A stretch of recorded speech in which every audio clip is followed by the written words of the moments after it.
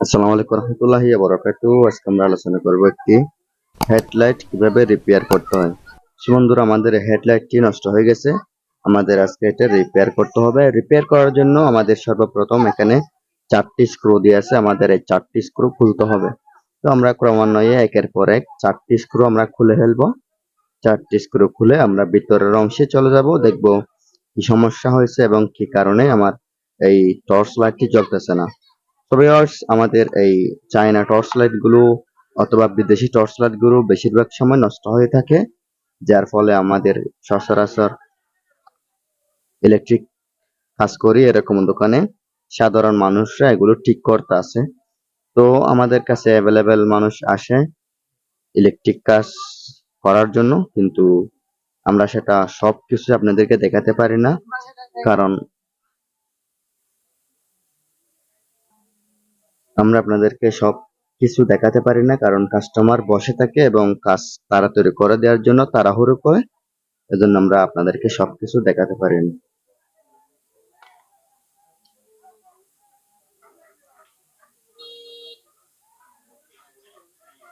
তো বন্ধুরা, আমরা ব্যাক সাইড খুলছি, এখন ব্যাটারিটা খুলবো, এরপরে দেখবো আমার এখানে সমস্যা কি। তো বন্ধুরা দেখেন,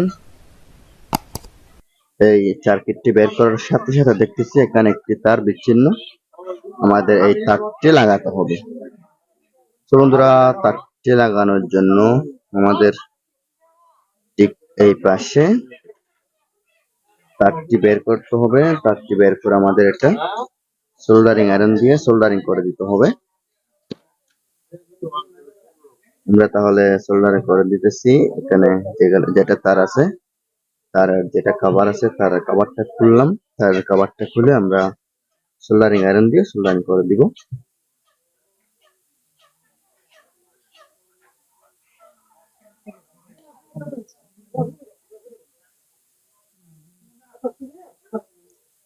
আর এখানে একটু লিড এবং রগন দিয়ে ভিতরের সাইডেও আমাদের কি করে দিতে হবে, সোল্ডারিং করে দিতে হবে, কারণ তার লাগানোর সাথে সাথে লাগানো লেগে যায় মতো আমাদের ওটা করে দিতে হবে আগে থেকেই।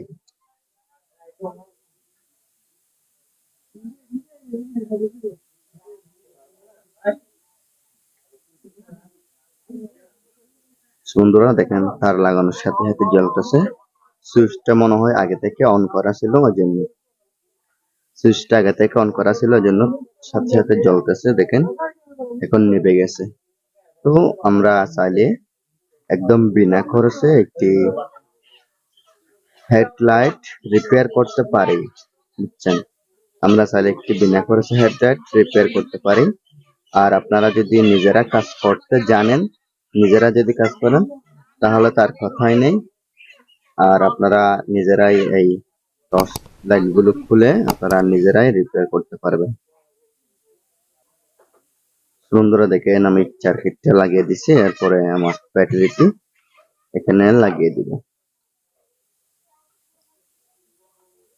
আর যে কোনো হেড টর্চ লাইটের মধ্যে একই রকম সমস্যা হবে না, এক এক সময় এক একটা সমস্যা হয়ে থাকে, এটা আপনারা অবশ্যই খেয়াল রাখবেন। এক একটা টর্চ লাইটে এক এক সমস্যা, সব কিছুতে একই রকম সমস্যা হবে এরকম কোনো কথা নাই। সো আমরা যেখানে তারটা বিচ্ছিন্ন হয়ে গেছিল ওই তারটা লাগিয়ে আমরা টর্চ লাইটটি পুনরায় ফিটিংস করে ফেলতেছি, কারণ এখানে আমাদের আর কোনো সমস্যা নেই। সমস্যা শুধু ছিল একটা, যেটা ম্যাগনেটের তার ছিঁড়ে গেছিল, ওই হচ্ছে সমস্যা, এরপর আর কোনো সমস্যা নেই। এজন্য আমরা একটা সোল্ডারিং করে দিয়ে আমরা পুনরায় যেভাবে করেছিলাম ঠিক সেভাবে ফিটিংস করে ফেলতেছি।